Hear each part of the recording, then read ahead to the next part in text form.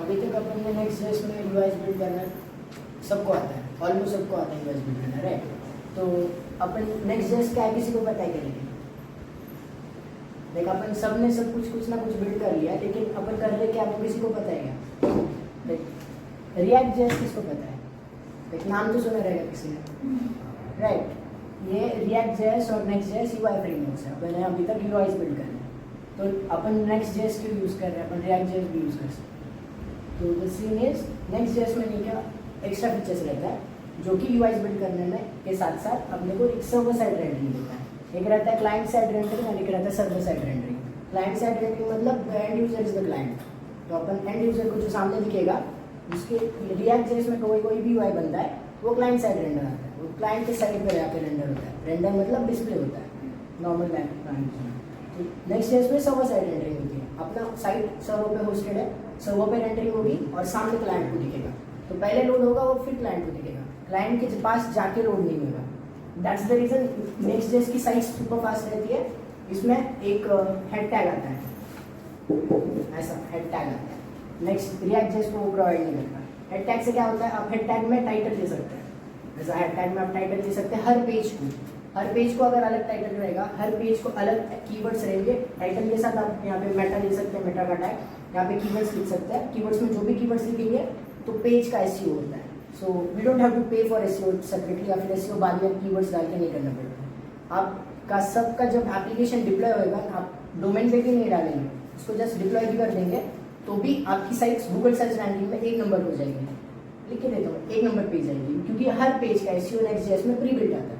SEO next JS के ये extra features है जो कि ऐसे सारे एसईओ फ्रेंडली है, वो बिल्ट इन राउटिंग है। रिएक्ट जेएस में अपन यूज करें, रिएक्ट जेएस भी यूआई बिल्डिंग फ्रेमवर्क है, नेक्स्ट जेएस भी यूआई बिल्डिंग फ्रेमवर्क है, लेकिन नेक्स्ट जेएस में बिल्ट इन राउटिंग आती है। लाइक आपके फोल्डर्स में आपको डायरेक्ट पेजेस का फोल्डर मिल जाता है। पेजेस में आप कोई भी टाइप की जेएस फाइल बना दो वो पेज बन जाता है /पेज। ये जो पेज बन रहे हैं बिल्ट इन राउटिंग हो रही है, वो आप कुछ भी पेज डाल रहे हैं उसके एंडिंग में .js है। .js क्यों है? एंड सिर्फ .js डालने से आपका पेज नहीं बन रहा है, आपको एक फंक्शनल कंपोनेंट लिखना पड़ रहा है। एक तो RAFC कर रहे हैं आप या फिर RFC कर रहे हो। RAFC है क्या? React functional arrow functional component है, मतलब एक एरो फंक्शन वाला कंपोनेंट आता है। RAFC करते तो डायरेक्ट एक्सपोर्ट डिफॉल्ट फंक्शन और डायरेक्ट ये आ जाता है। ये रहते हैं फंक्शनल कंपोनेंट्स। ये फंक्शनल कंपोनेंट हर एक पेज में एक फंक्शनल कंपोनेंट है तो उसका एक पेज बन जाता है। स्लैश करेंगे तो वो फंक्शनल कंपोनेंट पेज में रेंडर होकर वहाँ दिख जाता है। इसलिए नेक्स्ट जेएस के ये एक्स्ट्रा फीचर्स है जो that's the reason we are using Next JS. अगर अपन रिएक्ट जेएस करेंगे तो यहाँ पे नेक्स्ट जेएस में एपीआई का फोल्डर मिलता है आपको। अंदर बिल्ट इन राउटिंग होती है, सर्वर साइड रेंडरिंग होती है, एंड बीच में नेक्स्ट जेएस में एपीआई का फोल्डर रहता है। एपीआई के फोल्डर्स भी आप बना सकते हैं, मॉडल्स के भी फोल्डर बना सकते हैं। मोस्टली सबके इसमें थोड़ा मैंने दिखा था कि एपीआई क्या है, मॉडल्स क्या है। तो रिएक्ट जेएस में वो फीचर्स अवेलेबल नहीं है। React JS is just an UI building framework. वहाँ पे आपको एपीआई कॉल नहीं कर सकते आप, ना मॉडल्स लगा सकते, ना डेटाबेस कनेक्ट कर सकते हैं। रिएक्ट जेएस में आपको यूआई का एक सेपरेट फोल्डर बनाना पड़ता है एंड बैकएंड के लिए सेपरेट फोल्डर बनाना पड़ता है। तो वहाँ पे सर्वर कैसे बनेगा? यहाँ पे सर्वर कैसे बनता है? एपीआई का फोल्डर ही रिएक्ट जेएस नेक्स्ट जेएस का सर्वर है। वहाँ पे आपको सर्वर बनाने के लिए एक नया बैकएंड बनाना पड़ता है। बैकएंड नोड.js और एक्सप्रेस से बनता है, नोड.js और एक्सप्रेस.js। ये इतना सब करना पड़ता है रिएक्ट जेएस में, वो आपको नहीं करना पड़े, इसलिए अपन नेक्स्ट जेएस यूज कर रहे हैं। तो लास्ट टाइम रिएक्ट का प्रोजेक्ट उठाया वो मैं इसलिए बोल रहा था बिकॉज नेक्स्ट जेएस में उसको बैकएंड लगा के अपन फंक्शनल कर सकते हैं, लेकिन रिएक्ट जेएस में अपने को क्या करना पड़ेगा? सेपरेट बैकएंड फोल्डर बनाना पड़ेगा, उसको अलग जगह डिप्लॉय करना पड़ेगा और फ्रंट एंड को अलग जगह डिप्लॉय करना पड़ेगा। नेक्स्ट जेएस वर्सल का प्रोडक्ट है। वर्सल होस्टिंग सर्विस है जिसपे 1 क्लिक में आपका एप्लीकेशन डिप्लॉय हो जाएगा बैकएंड के साथ, फ्रंट एंड के साथ। इसलिए that's the reason we are using Next JS. अभी तक अपन ने फ्रंट एंड कर लिया, उसमें अपन सबको टेलविंड सीएसएस का आइडिया है। Everybody is using Tailwind CSS right now. और ये अपना यूआई बिल्ड हो गया इससे, राइट। कुछ ना कुछ तो किसी ने यूआई में बिल्ड ही करा है अभी तक। तो अभी अपन आज से ये वीक में पूरा की पूरा बैकएंड कंप्लीट करने वाले, यही अपना टारगेट है कि अपन ने जो भी बनाया उसको अपन फुल्ली फंक्शनल करेंगे। उसमें आएगा क्या एक्चुअल में, बैकएंड में आता क्या है। फ्रंट एंड तो हो गया, यूआई बिल्ड हो गए, यूआई बिल्डिंग फ्रेमवर्क है अपने पास, स्टाइलिंग के लिए भी टेलविंड सीएसएस हो गया। तो बैकएंड में आता क्या है अपन वो देखते हैं। पहली चीज़ आती है डेटाबेस। अगर आपने को let's say we are building an e commerce website build कर रहे हैं तो अपन कहीं पे तो यूजर को प्रोडक्ट्स दिखा रहे हैं, अपन स्टैटिकली तो एक एक प्रोडक्ट बना के नहीं डाल सकते, वो कहीं पे तो अपने को दिखाने के लिए स्टोर करने पड़ेगी। अपन एडमिन पैनल बना रहे हैं, एडमिन पैनल में जाके प्रोडक्ट्स ऐड कर रहे हैं, वो कहाँ स्टोर हो रहे हैं, वो डेटाबेस में स्टोर हो रहे हैं।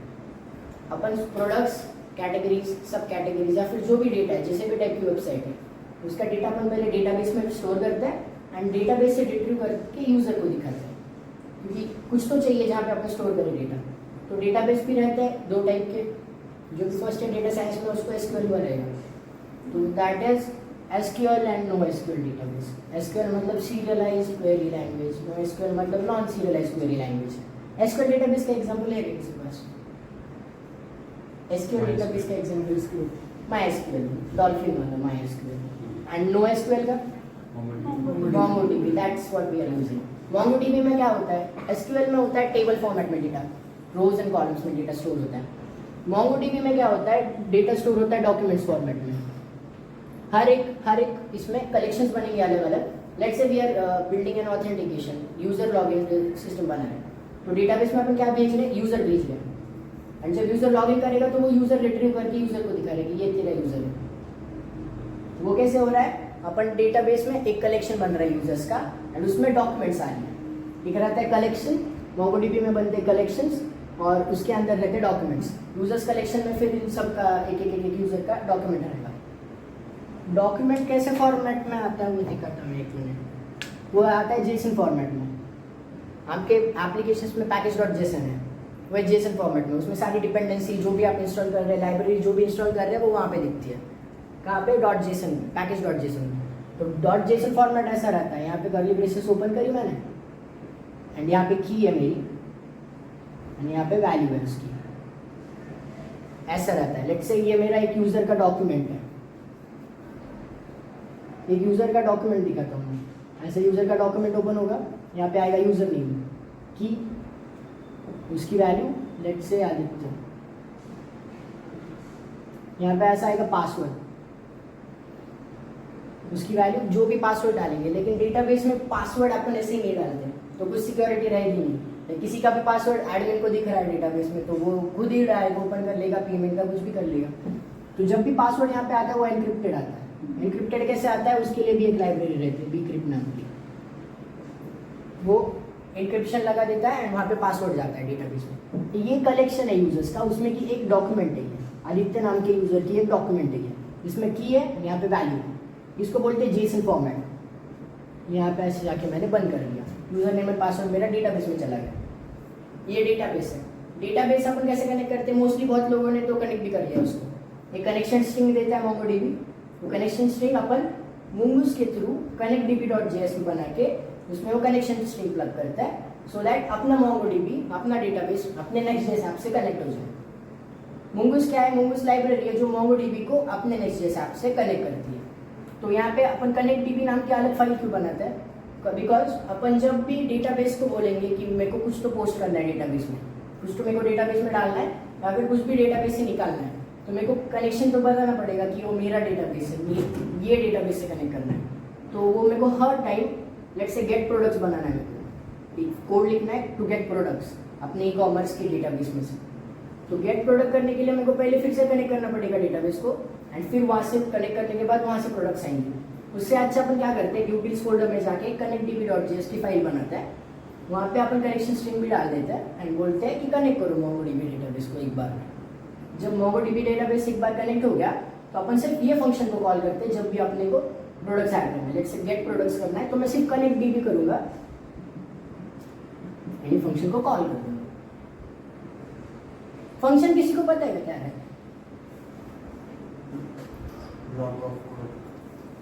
एक पीस ऑफ कोड रहता है जो रन करेगा। अपन जो भी पेजेस भी बना रहे हैं यहाँ पे नेक्स्ट.js में, वो सारे फंक्शंस है। एक्सपोर्ट डिफॉल्ट फंक्शन रहता है हर चीज के पीछे, या फिर कॉन्स्ट फंक्शन है नीचे, एक्सपोर्ट डिफॉल्ट ये रहता है। हर एक फंक्शन रहता है, वो पीस ऑफ कोड रहता है, कुछ तो वो रिटर्न करेगा। वैसे ही ये पीस ऑफ कोड है connectdb, मतलब ये फंक्शन है जो मैं कॉल कर रहा हूँ। ये रिटर्न क्या कर रहा है? ये रिटर्न कर रहा है कि कनेक्शन स्ट्रिंग को उससे कनेक्ट कर दो, तो मैं बस connectdb करूँगा। ये अपना डेटाबेस मोंगोडीबी का डेटाबेस जो अपन यूज करने वाले बैकएंड में एक आ गया। मुंगूस में क्या है? मुंगूस क्या करता है? डेटाबेस को, मेरे मोंगोडीबी डेटाबेस को मेरे नेक्स्ट.js ऐप से कनेक्ट करेगा। फिर वो रिएक्ट का एप्लीकेशन रहे, किसी का भी एप्लीकेशन रहे, मुंगूस कनेक्ट करने में हेल्प करता है। तीसरा चीज है एपीआई कॉल्स। एपीआई क्या रहता है, किसी को बताएगा? Application programming interface. वो करता क्या है, अपन कॉल्स देंगे किसी को, वी आर गिविंग कॉल्स, कुछ तो रिक्वेस्ट एक करेंगे अपन रिक्वेस्ट, अपने को मिलेगा रिस्पॉन्स। लेट्स से अपन किसी को रिक्वेस्ट कर रहे हैं, लेट्स से अपन आरटीओ के डेटाबेस को रिक्वेस्ट कर रहे हैं। रिक्वेस्ट में क्या भेजेंगे अपन, लेट्स से मेरे पास नंबर प्लेट है गाड़ी की, मैं गवर्नमेंट के परिवहन ट्रैफिक जो भी डिपार्टमेंट है उसको मैं भेज रहा हूँ मेरी नंबर प्लेट, मेरा नंबर गाड़ी का। तो ये मेरे रिक्वेस्ट में मैं क्या भेजूंगा, व्हीकल नंबर। मेरे को रिस्पॉन्स में क्या मिलना चाहिए, owner name, owner details, chassis number, etcetera etcetera, या फिर ब्रांड मॉडल, उसका फ़ोन नंबर, ये सब। लेकिन ये कौन से फॉर्मेट में जाएगा, कौन से फॉर्मेट में आएगा, जेसन फॉर्मेट में। समझ रहा है? मैं एक करूँगा एपीआई में, एक रिक्वेस्ट करूँगा, मेरे को एक रिस्पॉन्स मिलेगा। इसमें रहते हैं 4 ऑपरेशंस, क्रूड ऑपरेशंस बोलते हैं इसको, क्रिएट, रीड, अपडेट, डिलीट। अपन कुछ तो पोस्ट करेंगे मतलब क्रिएट करेंगे, कुछ तो गेट करेंगे मतलब रीड करेंगे, कुछ तो पुट करेंगे मतलब अपडेट करेंगे, कुछ तो डिलीट करेंगे मतलब डिलीट करेंगे।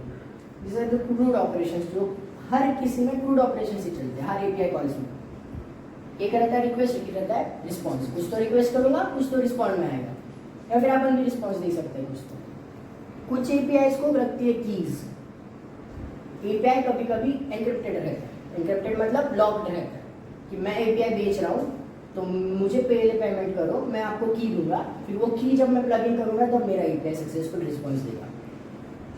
तो ऐसे एपीआई बिकते भी है, we can sell API on market place like Rapid API and ये एपीआई कॉल्स। अब एपीआई कॉल्स का अपन क्यों कर रहे हैं, अपना डेटाबेस है, अपन ने एडमिन पैनल बनाया, मोस्टली तो कुछ लोगों ने एडमिन पैनल भी बनाया था, प्रोडक्ट्स ऐड भी करते हैं डेटाबेस में। तो मेरे को प्रोडक्ट ऐड करना है डेटाबेस में, तो मैं क्या करूंगा, एक पोस्ट रिक्वेस्ट भेजूंगा। पोस्ट मतलब क्रूड ऑपरेशंस में कौन सी है, क्रिएट, राइट। मैं कुछ तो क्रिएट कर रहा हूँ, तो मैं एक पोस्ट रिक्वेस्ट भेजूंगा। मेरे पोस्ट रिक्वेस्ट में मैं क्या भेजूंगा, लेट्स से मैं प्रोडक्ट ऐड कर रहा हूँ मेरे डेटाबेस में, तो मैं करूंगा प्रोडक्ट का नेम, प्रोडक्ट का इमेज, प्रोडक्ट का डिस्क्रिप्शन, ये सब मैं फील्ड्स पोस्ट करूंगा, वो जाएगी डेटाबेस में। अभी मैं ये एडमिन पैनल का फंक्शन हो गया। अभी मेरे को डिस्प्ले करना है, अभी मेरी साइट किसी ने ओपन करी, लेट्स से किसी ने, जिसने नायका बनाया, लेट्स से अपनी नायका की वेबसाइट है, यहाँ पे प्रोडक्ट्स आ रहे हैं, वो प्रोडक्ट्स डिस्प्ले कैसे करूँगा, उसको मैं करूँगा गेट रिक्वेस्ट करूँगा। कहाँ से गेट रिक्वेस्ट करूँगा, मेरे डेटाबेस में मैंने जो पोस्ट करा उसको मैं गेट करूँगा। ये यूज, इसका ये यूज करने के लिए एपीआई का यूसेज है। एपीआई के थ्रू अपन रिक्वेस्ट भेज सकते हैं, एक रिस्पॉन्स आएगा। This is what API calls to me, this is what API call is. एक चौथी चीज रहती है मॉडल्स। एपीआई कॉल्स करने के लिए अपन क्या भेज रहे हैं, क्या ले रहे हैं, वो अपन प्री डिफाइन कर सकते हैं अपने नेक्स्ट.js ऐप में। Let's say upon category add कर रहे हैं अपने डेटाबेस में, तो मॉडल्स का फोल्डर बनाऊंगा मैं मेरे नेक्स्ट.js ऐप में, मॉडल्स की कैटेगरी लिखूंगा, मॉडल्स में category.js बनाऊंगा। इसमें मैं क्या करूंगा, जेसन फॉर्मेट में मैं क्या लिखूंगा, मेरे को मेरी कैटेगरी में नेम भेजना है या फिर नेम रिट्रीव करना है। भेज सकते हैं, पहले तो भेजेंगे फिर रिट्रीव करेंगे, फिर उसके आगे लिखेंगे नेम का डेटा टाइप क्या रहेगा, इसको प्री डिफाइन करेंगे अपन। तो कुछ भी डेटाबेस में रैंडम नहीं जाएगा, डेटाबेस में से कुछ भी रैंडम नहीं आएगा, एक यूनिफॉर्मिटी मेंटेन होगी वहाँ पे। एक तो नेम रहेगा, नेम कौन से फॉर्मेट में रहेगा, कौन से डेटा टाइप में रहेगा, स्ट्रिंग। स्ट्रिंग क्या रहता है, कैरेक्टर्स का सेट ऑफ कैरेक्टर्स रहता है। एक रहेगा डिस्क्रिप्शन, ये कौन से डेटा टाइप में रहेगा, स्ट्रिंग। इमेज स्ट्रिंग में भेजेंगे क्योंकि अपन सबको इमेज टैग पता है, इमेज टैग के एसएससी में अपन स्ट्रिंग प्लगइन कर देंगे तो वो भी चल जाएगा। या फिर अपन यहाँ पे लिंक भेज सकते हैं इमेज की, तो उसको फाइल अपलोड कर सकते हैं, कुछ भी कर सकते हैं बाद में, लेकिन वो स्ट्रिंग की फॉर्मेट में रहेगा। और ये रहेगा मेरा प्री डिफाइंड मॉडल। जब भी मैं कैटेगरी क्रिएट करूंगा तो मैं कौन सी वैल्यूज प्रोवाइड करूंगा, फिर जो मेरे मॉडल में लिखी है। तो मैं जब भी इंपोर्ट करूंगा, जब भी मेरे एपीआई लिखूंगा, एपीआई कहाँ लिखते हैं नेक्स्ट.js की फोल्डर में, एपीआई फोल्डर में अपन एपीआई क्रिएट करते हैं। वहाँ पे मैं क्या करूंगा, प्री डिफाइंडली एक category.js मेरा बना हुआ है, तो मैं एपीआई फोल्डर में जब भी get product get create category बना रहा हूँ तो मैं डायरेक्ट कैटेगरी मॉडल इंपोर्ट करूंगा मेरे मॉडल्स फोल्डर से एपीआई फोल्डर में, बोलूंगा देखो ये ऐसा ऐसा है, जिसमें ऐसा ऐसा है, एंड मैं एडमिन पैनल से ये प्रोवाइड कर रहा हूँ।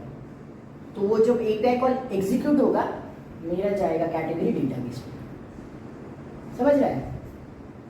ये रहता है मॉडल्स जो कि प्री डिफाइंड रहता है, उसको एक डेटा टाइप दे देते हैं अपन, वो डेटा टाइप्स के अकॉर्डिंग एपीआई कॉल के थ्रू तो एक तो पोस्ट होगा, गेट होगा, पुट होगा या फिर डिलीट होगा।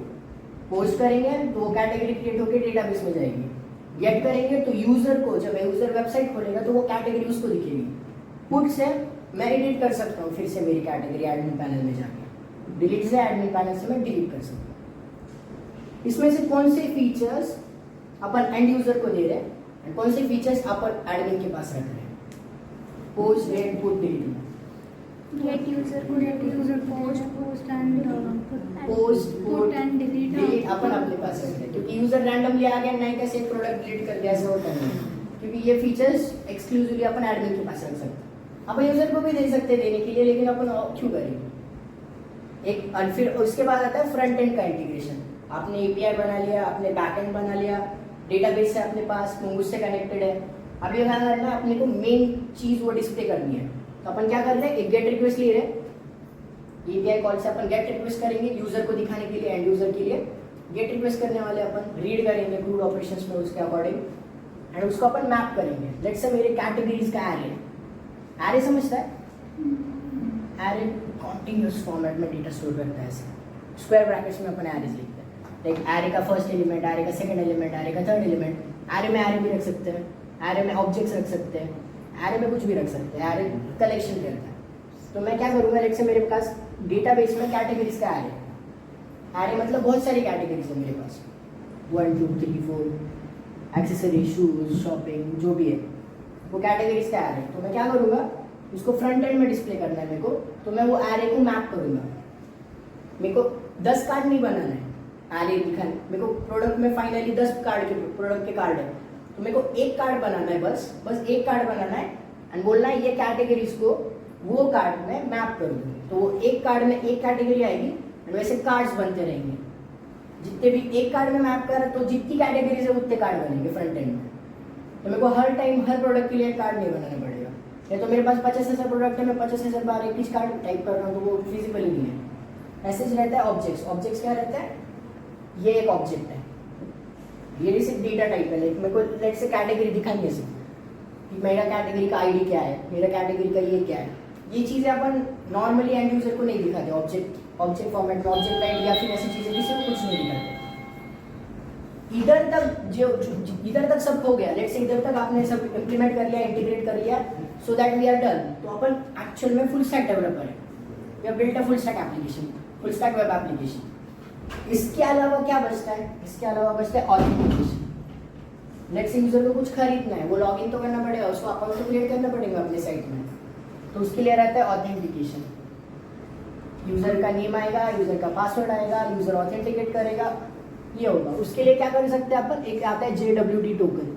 यहाँ पे अभी ऑथेंटिकेशन में मेन चीज़ आती है सिक्योरिटी की, क्योंकि उसमें पेमेंट डिटेल्स भी डालने वाले हैं, यूजर नेम भी जा रहा है, पासवर्ड भी जा रहा है, कोई किसी का अकाउंट में घुस नहीं सके। ऐसी चीज़ों के लिए 3 चीज़ें आती है। अपन नेक्स्ट यूज़ करें तो इसमें नेक्स्ट ऑथ का एक फीचर है जो कि नेक्स्ट खुद प्रोवाइड करता है, ऑथेंटिकेशन यूजिंग नेक्स्ट.js। एक आता है OAuth, ये गूगल प्रोवाइड करता है, साइन इन विद गूगल आता है सबके किसी की भी वेबसाइट्स पर। वैसा ही GitHub का आता है, sign in with GitHub, sign in with Apple. और एक रहता है JWT टोकन। JWT टोकन क्या करता है, लेट्स से अपना वेबसाइट है, ईमेल और पासवर्ड, ये यूज़र नेम ये यूज़र टाइप करेगा, वो वैलिडेट अपन खुद से कर सकते हैं, या फिर वैलिडेट भी नहीं करा अपन कुछ भी डाल दिया। लेट्स से मेरा user name EDITY and password EDITY, बहुत सिंपल है, हार्ड कुछ है नहीं, गैसेबल है बहुत। लेकिन JWT टोकन से अपन क्या करेंगे, उसका एक टोकन बनाएंगे, उसको एक रिफ्रेश टोकन सीक्रेट देंगे और एक्सेस टोकन सीक्रेट देंगे, जिसका वो अपन वैलिडिटी रख सकते हैं। मेरे यूज़र ने आज लॉगिन करा, मैं उसकी वैलिडिटी 1 दिन की रखी मैंने, तो 1 दिन के बाद उसको फिर से लॉगिन करना पड़ेगा, नहीं तो या फिर उसको अपन रिफ्रेश टोकन सीक्रेट देंगे। मतलब लॉगिन करने के बाद हर बार लॉगिन करना पड़े तो वो एंड यूज़र के लिए अच्छा नहीं लगता, आज भी लॉगिन करा वापस लॉगिन करना पड़ रहा है। इसलिए अपन मैं मोस्टली 7 डेज़ की रखते हैं अपन इसको, 7 डेज़ के बाद उसका लॉग आउट हो जाए, सो दैट कुछ और नहीं कोई कर सकते। ये JWT टोकन उसको टोकन एलोकेट हो जाते हैं हर एक यूज़र को। वैसे ही नेक्स्ट.auth में क्या होता है, नेक्स्ट.js खुद प्रोवाइड करता है ऑथेंटिकेशन। हर चीज़ में कुछ भी हो, वहाँ पे मैं एक bcrypt नाम की लाइब्रेरी लगा रहा हूँ, जिससे मेरा पासवर्ड एनक्रिप्ट हो रहा है, जो कि मेरे डेटाबेस में कुछ भी जाएगा तो वो SHA-256, SHA-512 ऐसे एनक्रिप्शन एल्गोरिथम से जाके उधर जाता है, सो दैट कोई उसको क्रैक नहीं कर सकता, इवन एडमिन नहीं कर सकता। तो एडमिन बस यूज़र डिलीट कर सकता है, एडमिन यूजर का पासवर्ड नहीं चेंज कर सकता क्योंकि वो एनक्रिप्टेड रहेगा। ये हुआ ऑथेंटिकेशन। जब अपन ने ऑथेंटिकेट भी कर लिया, जब अपन ने मोंगूज से डेटाबेस भी कनेक्ट कर लिया, मॉडल्स भी प्री डिफाइन कर दिया, फ्रंट एंड इंटीग्रेट भी कर दिया, मेरे पीछे के सारे डेटाबेस में से जो भी जा रही है डेटा वो सबको फ्रंट एंड में डिस्प्ले भी कर दिया, ये कंप्लीट हो गया अपना फुल स्टैक वेब एप्लीकेशन। कोई भी ई-कॉमर्स साइट रहेगी तो उसमें ज़्यादा से ज़्यादा क्या रहेगा, एक अच्छा UI रहेगा, ऑथेंटिकेशन रहेगा अच्छा, एक मॉडल्स प्री डिफाइंड रहेंगे, कैटेगरी, सब कैटेगरी, प्रोडक्ट्स, वो अच्छे से डिस्प्ले होने के लिए अपन API कॉल्स यूज़ करेंगे, सामने इंटीग्रेट कर देंगे। एक बार ये आ गया तो अपन उसको कितना भी इससे स्टाइल कर सकते हैं। अगर अपने पास सामने ही डेटा है तो अपन उसको कैसे भी स्टाइल कर सकते हैं। अपने पास टेलमेंट CSS है, Next.js है, तो अपन उतना तो सीख लिए कि स्टाइल कैसे करते हैं, हेडर्स कैसे बनाते हैं, कार्ड्स कैसे बनते हैं, ग्रिड क्या रहता है, कॉलम्स क्या रहते हैं, फ्लेक्स क्या रहता है, you already know that right. अभी कुछ चीज़ें ऐसी है जो Next.js is totally built on React.js। React.js ये भी एक UI फ्रेमवर्क है, Next.js is also an UI framework. So upon Next.js में और React.js में क्या एक चीज़ रहती है, हुक्स रहते हैं, हुक्स। एक रहता है हुक, मैं अभी के लिए 2 हुक्स बता रहा हूँ, एक रहता है यूज स्टेट और एक रहता है यूज इफेक्ट। यूज स्टेट क्या रहता है, लेट्स से मैं एक स्टेट डिफाइन कर रहा हूँ, कॉन्स्ट में वेरिएबल को डिक्लेयर करने के लिए कॉन्स्ट यूज करता हूँ। तो लेट्स से मैं कॉन्स्ट ऐसा करूँगा, स्क्वायर ब्रैकेट्स, मैं बोलूँगा नेम, एक करूँगा सेट नेम, यहाँ पे लिख दूंगा use state. By the way JavaScript में कैमल केसिंग यूज करते हैं अपन मोस्टली, पहला वर्ड स्मॉल रहेगा तो अगला वर्ड कैपिटल ही रहेगा। कैमल केसिंग यूज करते हैं कि जावास्क्रिप्ट में हर जगह कुछ भी करने के लिए। तो मैं यूज स्टेट करूँगा, यहाँ पे बोल दूंगा स्ट्रिंग, मतलब एम्प्टी स्ट्रिंग। तो ये करता क्या है, ये बोलेगा नेम नाम का वेरिएबल है, वो इनिशियली क्या है एम्प्टी, एंड मैं सेट नेम जिसको भी करूँगा, जिस भी वेरिएबल को सेट नेम करूँगा तो मेरा नेम की वैल्यू वो वैल्यू से ये हो जाएगी। सो लेट्स से मैं यहाँ पे अपन कैटेगरी का नेम दे रहे हैं, let's say we are in admin panel और अपन कैटेगरी को नेम दे रहे हैं, अपन एडमिन पैनल बिल्ड कर रहे हैं। तो मैं क्या करूँगा, यहाँ पे बनाऊंगा इनपुट टैग, इनपुट को बोलूँगा on change set name target dot value, मतलब जो भी इनपुट में यूजर नेम वैल्यू टाइप कर रहा है उस वैल्यू ये क्या करेगा, सेट नेम करेगा। सेट नेम मतलब नेम की वैल्यू क्या हो गई, जो यूजर ने टाइप करी। फिर जब मैं API कॉल से पोस्ट करूंगा तो मैं नेम पोस्ट करूंगा, तो नेम में क्या जाएगा, जो यूजर ने टाइप करा। तो एडमिन पैनल में मैंने नेम इनपुट में डाला था, वो API कॉल में ऑटोमेटिकली होगा। तो मैं यूज स्टेट से क्या करता हूँ, एक चीज़ को दूसरे से सेट कर देता हूँ एंड इनिशियल स्टेट बताता हूँ कि ये स्टेट पहली है कि एम्प्टी है पहले, फिर मैं ये कर रहा हूँ। लेट्स से मेरे को कलेक्शन भेजना है डेटाबेस में, एक नेम नहीं भेजना, बहुत सारी चीज़ें भेजनी है। तो मैं यहाँ पे सिंगल कोट्स नहीं दूंगा, वो स्ट्रिंग नहीं जा रही है, वो एरे जा रही है, तो मैं यहाँ पे एरे डाल दूंगा, empty array. Initially empty array था, फिर अभी एरे भर गया, एरे मैंने भेज दिया। फिर एरे इस सामने अपन मैप करना सीख लेंगे, बाकी ऑथेंटिकेशन एंड ऑल एवरीथिंग। तो अभी यूज इफेक्ट क्या रहता है, use state is when you set a value और वेरिएबल की वैल्यू कुछ किसी वेरिएबल से। Use effect is, use effect में आप कुछ भी लिखेंगे कभी भी,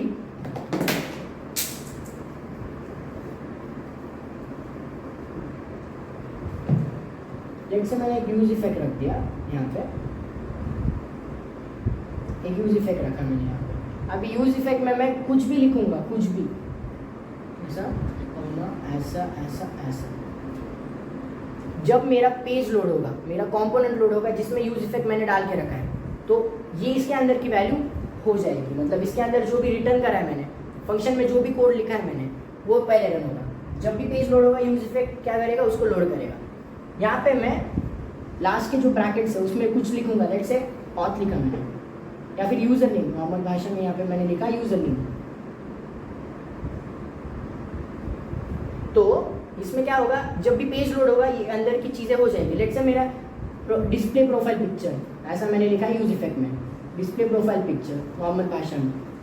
तो जब भी मेरा पेज लोड होगा, तो जब भी लेट्स से मेरा हेडर कंपोनेंट है, मैंने हेडर कंपोनेंट में यूज इफेक्ट को रखा है, यूज इफेक्ट में मैंने लिखा है display user name, display profile picture. तो मेरा जब भी हेडर कंपोनेंट लोड होगा, जो कि ऑब्वियसली होगा अगर मेरे इंडेक्स में, इंडेक्स के पेज में हेडर मैंने इंपोर्ट करके रखा है, तो ये डिस्प्ले होगा, तो ये हेडर के साथ यूज इफेक्ट पहले रन होगा। यूज इफेक्ट में क्या रहेगा, डिस्प्ले प्रोफाइल पिक्चर, तो पहले डिस्प्ले प्रोफाइल पिक्चर होगा। समझ रहे हैं? एंड अगर मैंने यहाँ पे यूजर नेम रखा है तो इसको बोलते हैं डिपेंडेंसी। अगर मेरा यूजर नेम चेंज हो गया, अगर यूजर दूसरा है, let's say user name change हो गया तो प्रोफाइल पिक्चर चेंज होगा, मतलब यूज इफेक्ट फिर से रन होगा। मैं डिपेंडेंसी में जो भी डालूंगा, अगर डिपेंडेंसी चेंज हो रही है तो यूज इफेक्ट फिर से रन होगा। नहीं तो यूज इफेक्ट पेज लोड पे ही रन होता है, कंपोनेंट लोड पे ही, when the component mounts it runs. This is what hooks are like, use effect and use tree. और एक चीज रहती है set time out. Let's say मेरे को साउंड प्ले करना है मेरे एप्लीकेशन में, तो ये use effect we can use in Next.js code, right? हाँ या we can use state, use effect in Next.js. Everything that is in React.js can be used in Next.js. But React.js do not provide built-in page routing and everything. Next.js के extra features है ये, जो कि exactly React.js के सारी features है, but extra है। Extra है अपने को काम easy करता है Next.js। By the way अभी ये सब तो ठीक है, कुछ libraries यहाँ पे हैं। Nimbus क्या करता है? MongoDB कनेक्ट करता है। Axios क्या करते हैं, किसी को पता है क्या? नहीं, राइट। यहाँ पे क्रूड ऑपरेशंस है, पोस्ट, गेट, पुट, डिलीट। तो मेरे को HTTP ऐसा फेच करना है, ऐसा कुछ नहीं करना है। तो मैं क्या करूँगा, npm axios करूँगा, फिर मैं क्या लिखूँगा डायरेक्ट axios.get, खत्म। यहाँ पे करूँगा API/get प्रोडक्ट, मेरी API फोल्डर में get प्रोडक्ट नाम के पेज में मैंने API रिट्रीवर का कोड लिखा है। तो मैं बोलूँगा axios.get, import axios from axios करूँगा, पहले import करूँगा एंड डायरेक्टली यूज करूँगा axios.get, एंड जो भी आएगा उसको क्या बोलूँगा, लेट्स से गेट प्रोडक्ट है तो मैं नीचे लिखूँगा सेट प्रोडक्ट, ओके, रिस्पॉन्स। मेरा API को रिक्वेस्ट भेजी, कुछ तो आ रहा है गेट करने के बाद, क्या आ रहा है, रिस्पॉन्स आ रहा है, गेट प्रोडक्ट से आना है प्रोडक्ट। तो मैं क्या करूँगा, एक यूज स्टेट से क्या करूँगा, प्रोडक्ट कॉमा सेट प्रोडक्ट, यहाँ पे सेट प्रोडक्ट को क्या बोलूँगा, ये जो रिस्पॉन्स आ रहा है उससे प्रोडक्ट कर दे, नीचे तुम प्रोडक्ट डिस्प्ले कर दो, प्रोडक्ट आ जाएगा। ऐसे Axios काम करता है। फ्रेम ऑफ मोशन किसी ने यूज करेगा? फ्रेम ऑफ मोशन से कुछ नहीं होता है, डिव को एनिमेशंस आ जाते हैं। वो एक सभी लाइब्रेरी है जो कि हैंडी है, लाइक एनिमेशंस करने में कुटाना नहीं करना पड़ेगा। फ्रेम ऑफ मोशन अपने इंस्टॉल करेंगे तो मैं डिव को हवा कर सकता हूँ, हवा में स्केल बढ़ा सकता हूँ, कुछ भी कर सकता हूँ, एक्स्ट्रा फीचर्स है। रिएक्ट आइकॉन्स अपन मोस्टली यूज करेंगे, रिएक्ट आइकॉन्स लेने के लिए। ये कुछ कॉमन लाइब्रेरीज जो अपन ने यूज करी है या फिर अपन करेंगे। एंड बिक्रिप्ट से क्या होता है, पासवर्ड एनक्रिप्ट होता है। अभी ये कुछ नॉर्मल ग्लॉसरी है जो आपको पता है कि नहीं पता नहीं, बट पता है होनी चाहिए। वही डोमेन क्या रहता है, जहाँ पे हम वेबसाइट अपनी डिप्लॉय करते, जो अपने का नाम मिलता है, जिस पे डिप्लॉय करते हैं वो पे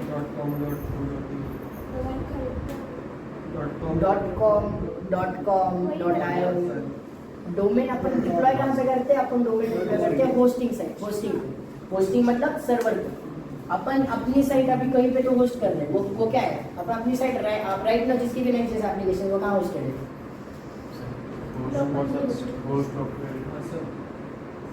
लोकल होस्ट पे, सिस्टम में लोकली अपन होस्ट कर रहे हैं। एंड कौन से पोर्ट पे, 3000 पोर्ट पे। लेट्स से आप पैकेज.json में गए एंड वहाँ पे टाइप करते हैं -- पोर्ट। आप क्या कर रहे हैं, अभी एप्लीकेशन रन करने के लिए npm run dev। आप अपनी पैकेज.json खोल के देखेंगे ना तो उसमें स्क्रिप्ट्स रहता है, स्क्रिप्ट्स के नीचे रहता है dev क्या क्या लिखा रहता है, next dev। अब जब npm run dev करते हैं तो वो dev नाम की चीज़ रन होती है।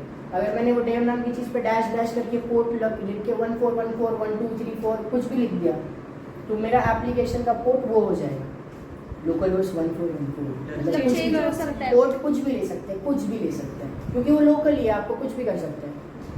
अगर मैंने वो सर्वर पर डिप्लॉय कर दिया तो मेरा होस्टिंग जहाँ पे मेरा एप्लीकेशन जहाँ होस्टेड है वो मेरा सर्वर रहेगा। तो आप सर्वर खरीद सकते हैं या फिर सर्वर प्रोवाइडिंग सर्विसेज खरीद सकते हैं, जैसे कि AWS, वर्सल हो गया, वर्सल पे 1 क्लिक डिप्लॉय हो जाता है।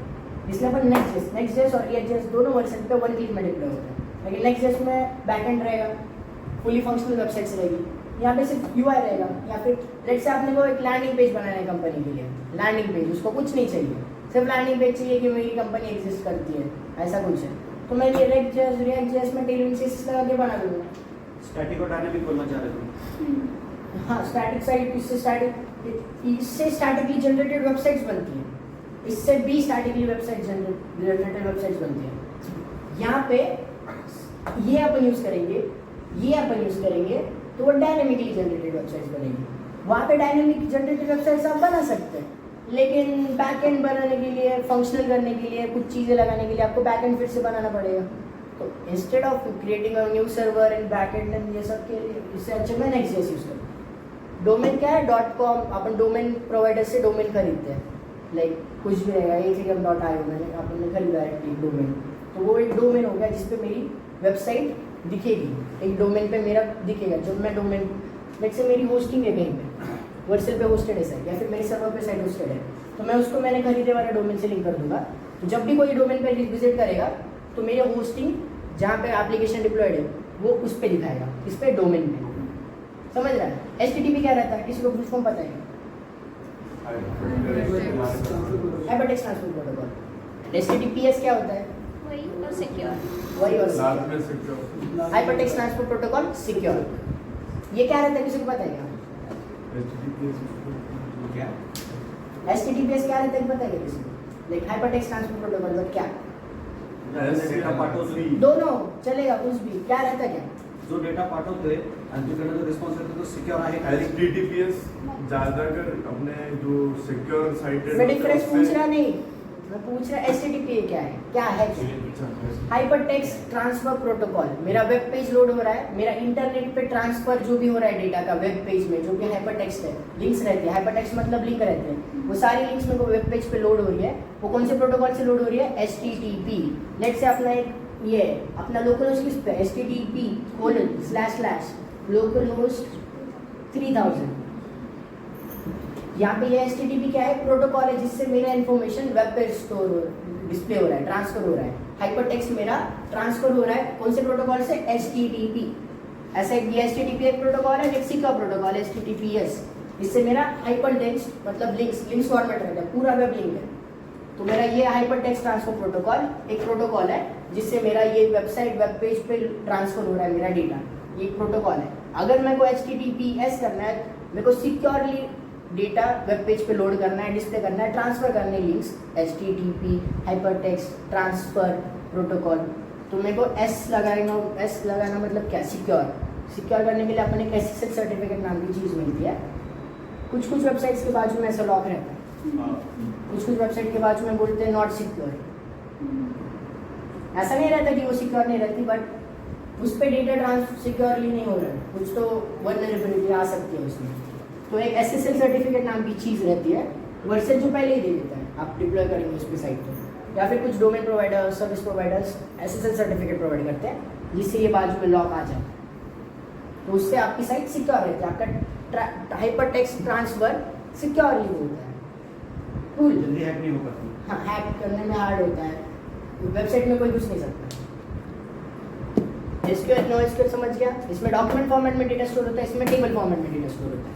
We are using document format क्योंकि डॉक्यूमेंट एंटर करना कितना ईजी है। रिक्वायर वर्क विद टेबल्स अपन ये नहीं करेंगे। फिर असिंक का वेट किसी को पता है क्या रहता है?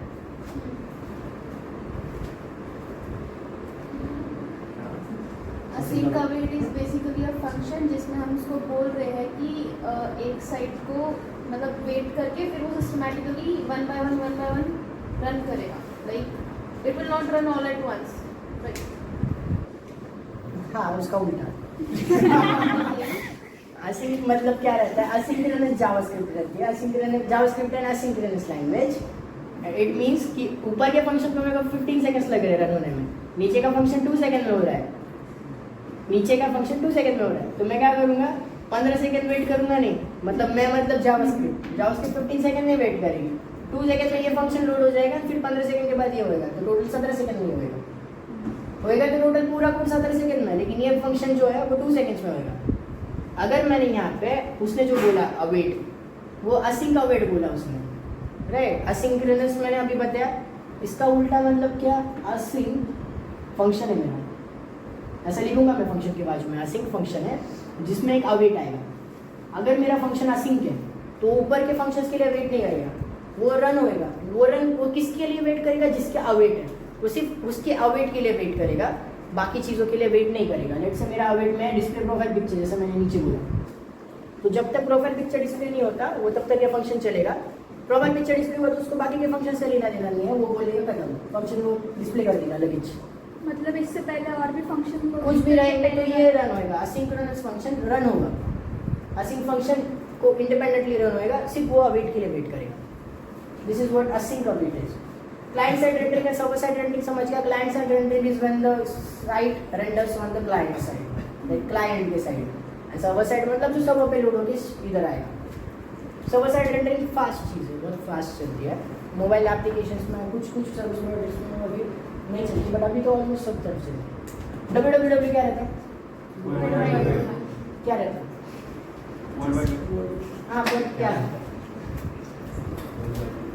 वर्ल्ड वाइड वेब क्या? पूरी दुनिया में कहीं से भी उसको पूरी दुनिया में कहीं से उसको एक्सेस कर सकते हैं वो चीज़। हाँ, इंटरनेट पे अपन डेटा शेयर कर, कुछ तो शेयर कर रहे हैं। कौन से प्रोटोकॉल से? हाइपरटेक्स्ट ट्रांसपोर्ट प्रोटोकॉल से शेयर कर रहे हैं इंटरनेट पे। और इंटरनेट पे शेयर करने के लिए वर्ल्ड वाइड वेब पे अपन उसके यूसेज से अपन शेयर कर रहे हैं हाइपरटेक्स्ट ट्रांसपोर्ट प्रोटोकॉल से सारी चीज़ें। यहाँ HTML क्या रहता है? Hypertext markup language. आपने जितना भी नेक्स्ट.js बनाया, जितना भी पूरा जो भी बनाया, वो at the end of the day आपकी वेब पेज बनने वाला है। जब वो क्लाइंट तक पहुंचेगा वो HTML फाइल ही जाने वाली है। सारा जावास्क्रिप्ट रेंडर होता है, सारा जावास्क्रिप्ट HTML फॉर्मेट में जाता है, एंड सारा फॉर्मेट की स्टाइलिंग CSS में जाती है। CSS क्या है? Cascading style sheet. CSS और HTML में सब कुछ ब्रेक डाउन होगा, सारा का सारा जावास्क्रिप्ट। एंड कुछ जावास्क्रिप्ट इंटरएक्टिविटी के लिए रहेगा। कुछ पहले तो जावास्क्रिप्ट बना कैसे था, वो बस ब्राउजर्स में चलेगा। ब्राउजर में कुछ एक क्रिएट इंजन आता है जिसमें सिर्फ ब्राउजर्स में चलता था जावास्क्रिप्ट। बना ही था जावास्क्रिप्ट इंटरएक्टिविटी के लिए। फ्रंट एंड लाइब्रेरी लैंग्वेज बोल के जावास्क्रिप्ट इन्वेंट हुआ था। फिर Node.js आया। Everybody install Node.js before installing Next.js, right? Node.js क्या है? Node.js is a JavaScript run time environment. अगर मेरे को ब्राउजर में जावास्क्रिप्ट चल रही है, ब्राउजर में आप डेवलपर कंसोल खोलेंगे, F12 दबाएंगे या फिर राइट कंट्रोल शिफ्ट आई दबाएंगे या फिर राइट क्लिक मार के इंस्पेक्ट करेंगे तो डेवलपर कंसोल आता है। वहाँ पे कंसोल नाम का एक बटन आता है। कंसोल में आप जाएंगे टैब में, तो वहाँ पे आप जो भी टाइप करेंगे वो जावास्क्रिप्ट टाइप करेंगे, जावास्क्रिप्ट आप रन भी कर सकते हैं। आप वहाँ पे कैलकुलेशन भी कर सकते हैं। 24 + 29 तो कैलकुलेटर में, तो ये जावास्क्रिप्ट वहाँ पे चलती है। तो फिर अगर मेरे को जावास्क्रिप्ट ब्राउजर के बाहर चलानी है, मुझे क्या लगेगा? एक रन टाइम एनवायरनमेंट लगेगा। ब्राउजर एक रन टाइम एनवायरनमेंट है जिसमें जावास्क्रिप्ट चल जाती है। मुझे वो बाहर चलाना है तो मैं Node.js इंस्टॉल करूँगा। What is Node.js? JavaScript run time environment है। तो जब से Node.js आया फिर अपन जावास्क्रिप्ट बैकएंड के लिए भी यूज़ कर सकते हैं। जावास्क्रिप्ट ब्राउजर से भी बाहर चल रही है। मैं जावास्क्रिप्ट अभी तो जावास्क्रिप्ट से आप क्रिप्टो करेंसीज भी बना सकते हैं, ब्लॉकचेन भी बिल्ड कर सकते हैं, बिकॉज जावास्क्रिप्ट बाहर आ रही है। We can run it outside the browser environment, इसलिए अपन Node.js इंस्टॉल करते हैं। अब इसमें आपने एक चीज़ देखी रहेगी NPM। Everybody is using NPM। NPM क्या है? नोड पैकेज मैनेजर, जिससे सारे पैकेजेस जो भी आप इंस्टॉल कर रहे हैं वो मैनेज करता है। वो NPM I node package manager install करो कुछ तो, NPM run dev node package manager से कुछ तो इंस्टॉल करके रन कर दो। समझ रहे हैं? ये Node.js का एक नोड पैकेज मैनेजर है। ऐसे ही एक रहता है यान, येट अनदर रिसोर्स मैनेजर। ये क्या करता है? ये एग्जैक्टली सेम NPM जैसा रहता है, जिसका सिंटैक्स थोड़ा अलग रहता है। यान ऐड जो भी रहेगा, रिएक्ट आइकॉन्स ऐसे। मेरी भी इसमें यान सब चल रहा है जैसे यान, तो NPM रन डे हो रहा है यहाँ पे। मेरे पीसी में अगर यान इंस्टॉल है तो मैं यान डेव कर देता हूँ। यान is comparatively a little bit faster than NPM, but वो भी क्या है? पैकेज मैनेजर ही है, रिसोर्स मैनेजर ही है। जो भी पैकेजेस है, जो भी डिपेंडेंसीज है, जो भी मैं इंस्टॉल करके पैकेज.json में डिस्प्ले हो रही है वो NPM के थ्रू आ रही है, नोड पैकेज मैनेजर से। NPM में आई करता हूँ तो नोड मॉड्यूल्स इंस्टॉल हो जाती है, इफ यू नोटिस। एंड यहाँ पे यान सिर्फ यान ऐड करूँगा तो भी वही होगा। NPM आई या फिर यान ऐड भी करूँगा तो भी सेम चीज़ होगी। टाइपस्क्रिप्ट आप सबने देखा रहेगा, उसमें टाइपस्क्रिप्ट का एक ऑप्शन आता था Next.js इंस्टॉल करने टाइम। अभी अपन कौन सी लैंग्वेज यूज़ कर रहे हैं? जावास्क्रिप्ट, जिसमें अपन मोस्टली सब कॉन्सेप्ट प्रोग्रामिंग जैसे यूज़ करते हैं। जावास्क्रिप्ट भी प्रोग्रामिंग लैंग्वेजेस है, लेकिन अपन उसको बिल्ड करने के लिए सब यूज़ कर रहे हैं। ऐसी एक लैंग्वेज है टाइपस्क्रिप्ट। टाइपस्क्रिप्ट जैसे Next.js is built on React.js, TypeScript is built on JavaScript. वही तो नहीं है, बस फर्क क्या है? इसमें अपने वो करने क्या पड़ता है पता है? याद है यहाँ पे अपन मॉडल्स में प्री डिफाइन कर रहे हैं डेटा टाइप्स। यहाँ पे तो प्री डिफाइन क्यों कर रहे हैं? ताकि यूनिफॉर्मिटी मेंटेन रहे। मेरी कैटेगरीज कुछ भी रैंडमली नहीं चाहिए, कुछ भी फॉर्मेट में। मैं उसको पहले इंपोर्ट करके पे में बोल रहा हूँ भाई नेम स्ट्रिंग है, डिस्क्रिप्शन स्ट्रिंग है, इमेज भी स्ट्रिंग है, तो वो भेजेगा स्ट्रिंग फॉर्मेट में। तो आप नंबर भी टाइप करेंगे तो स्ट्रिंग फॉर्मेट में ही जाएगा। क्यों? यहाँ पे पहले ही डिफाइन कर रखा है। अगर वो वहाँ पे पहले डिफाइन नहीं कर रखा था तो मेरे डेटाबेस में जाने के बाद मैं डेटाबेस में जाके देख सकता था कि ओ शिट ये तो स्ट्रिंग नहीं है। ऐसे ही क्या होता है, अगर जावास्क्रिप्ट अपन यूज़ करते हैं तो बहुत सारी चीज़ें जावास्क्रिप्ट नहीं बताता कि वो बोलेगा स्ट्रिंग नहीं लिखा है, ठीक है मैं ऑब्जेक्ट भेज रहा हूँ, बताइएगा क्या ऑब्जेक्ट भेज रहा हूँ, नहीं बताएगा वो भेज देगा पहले। तो लेट्स से मेरी बड़ी कंपनी है, मैं बहुत बड़ा प्रोजेक्ट पे काम कर रहा हूँ और मैंने भेज दिया ऑब्जेक्ट ऑब्जेक्ट ऑब्जेक्ट, सामने मेरे जो यूजर्स थे, मंथली यूजर जो वेबसाइट को क्लिक करने वाले थे वो नहीं आ रहे, तो वो आ रहा है लॉस हो रहा है। इसलिए मैं टाइपस्क्रिप्ट अगर यूज़ करता है जावास्क्रिप्ट की जगह पे तो मेरे को डिप्लॉय नहीं करने देता सही, मेरे को रन ही नहीं करने देता अनलेस एंड अनटिल मैं वहाँ ऊपर एक इंटरफेस बोल के फंक्शन अपना जो रहता है पेज का फंक्शन एक्सपोर्ट डिफॉल्ट, उसके ऊपर मेरे को इंटरफेस लिखना पड़ता था, लेट्स से प्रोडक्ट, यहाँ पे लिखना पड़ता था स्ट्रिंग, या मुझे डेटा टाइप्स प्री डिफाइन करने पड़ते हैं टाइपस्क्रिप्ट में, मेरे को हर चीज़ प्री डिफाइन करनी पड़ती है अगर मैं टाइपस्क्रिप्ट यूज़ करूँगा तो दिमाग का हेडेक ज़्यादा है कि ज़्यादा बार डिफाइन करना पड़ रहा है। But if you want to code clean, अगर कुछ मिस्टेक नहीं चाहिए तो that's the reason TypeScript use करते हैं। तो बड़ी बड़ी एमएनसीज में अभी टाइपस्क्रिप्ट यूज़ कर रहे हैं, उसका रीज़न यही है, प्रोडक्शन कोड में कुछ भी फालतू चीज़ नहीं है। टाइपस्क्रिप्ट आप इसमें रैंडमली भी यूज़ करते हैं, अगर अपन ने पेजेस में रैंडमली अभी टाइपस्क्रिप्ट नहीं बोला है उसको, लेकिन फिर भी .ts नाम की फाइल बना लीजिए इसकी जगह पे, फिर भी .ts बनाएंगे तो भी टाइपस्क्रिप्ट चलेगा। टाइपस्क्रिप्ट और जावास्क्रिप्ट अपन दोनों यूज़ कर सकते हैं, बिकॉज टाइपस्क्रिप्ट भी at the end of the day वहाँ जाके HTML CSS जावास्क्रिप्ट में रेंडर होगी, मतलब जावास्क्रिप्ट में ही बनेगी, टाइपस्क्रिप्ट भी जावास्क्रिप्ट में ही रेंडर होती है, सो दैट एंड यूजर को जावास्क्रिप्ट तुम्ही काय समजले एवढं एवढं तरी समजवलं एनी क्वेरीज असिंग अवेट क्या है? देख भाई मैं समझा मेरे हिसाब से तो एप्लीकेशन लोड कर एप्लीकेशन बनाया तुमने, ठीक है, तो उसके अंदर डेटा आने से पहले कम से कम एप्लीकेशन पहले लोड हो जाए, बाकी की सारी चीज़ें लोड हो जाए, तूने जो भेजा है सीडीआर लोड, वो सीडीआर बाद में लोड होगा, लेकिन तब तक पूरा एप्लीकेशन लोड होकर तेरे सामने आ जाए। अभी जो हो रहा है मतलब पीछे का जो बाइट नंबर वो सबसे पहले आए, जब तक तूने उसको कमांड दिया कि सीडीआर के लिए एक्सेल फाइल अपलोड लोड कर, जब तक वो लोड होगी तब तक तेरा पूरा एप्लीकेशन फुल फंक्शन तेरे सामने आएगा, फिर उसके बाद में वो चीज़ सामने आएगी कि बाबा ये तूने सीडीआर लोड किया था उसका एनालाइज बराबर है। अभी मैं फंक्शन में बताता, फंक्शन के थ्रू बताते नहीं क्या, एक मैंने एक फंक्शन को बोला असिंग फंक्शन है, राइट, एक असिंग फंक्शन है, यहाँ पे खुला यहाँ पे बंद हुआ, तो उसमें मैं क्या कर रहा हूँ अवेट, अवेट किसके लिए, किसी पीस ऑफ कोड के लिए, किसी चीज़ के लिए, किसी वेरिएबल के लिए मैं अवेट कर रहा हूँ, तो मेरा असिंग फंक्शन तब ऑटोमेटिकली चलेगा, उसको बाकी फंक्शन उसके ऊपर जो है उससे लेना देना नहीं है, वो बस अवेट वाली चीज़ के लिए वेट करेगा। वो अगर 2 सेकंड में वो अवेट की वाली चीज़ हो रही है तो ऊपर वाले 18 सेकंड से 20 सेकंड वाली चीज़ों के लिए वो नहीं रुकेगा, 2 सेकंड में हो गया असिंग फंक्शन रन हो जाएगा। इसलिए अपन मोस्टली इसको यूज इफेक्ट में भी रख सकते हैं कि पेज लोड हो गया तो वो माउंट होता है। यूज इफेक्ट क्या करता है पता है, मेरे कंपोनेंट में कहीं पे कुछ चीज़ है तो वो पहले यूज इफेक्ट रन होगा, कुछ भी करेंगे तो पहले यूज इफेक्ट रन होगा। यूज स्टेट क्या करता है, एक वेरिएबल को दूसरे वेरिएबल से सेट कर देता है, दैट्स ऑल। कुछ क्वेरीज है? ये सब कुछ एट द एंड हम जावास्क्रिप्ट में लिख रहे हैं, जावास्क्रिप्ट में नेक्स्ट.js, रिएक्ट.js सब जावास्क्रिप्ट, नेक्स्ट JS जावास्क्रिप्ट मतलब सारा जो एवरी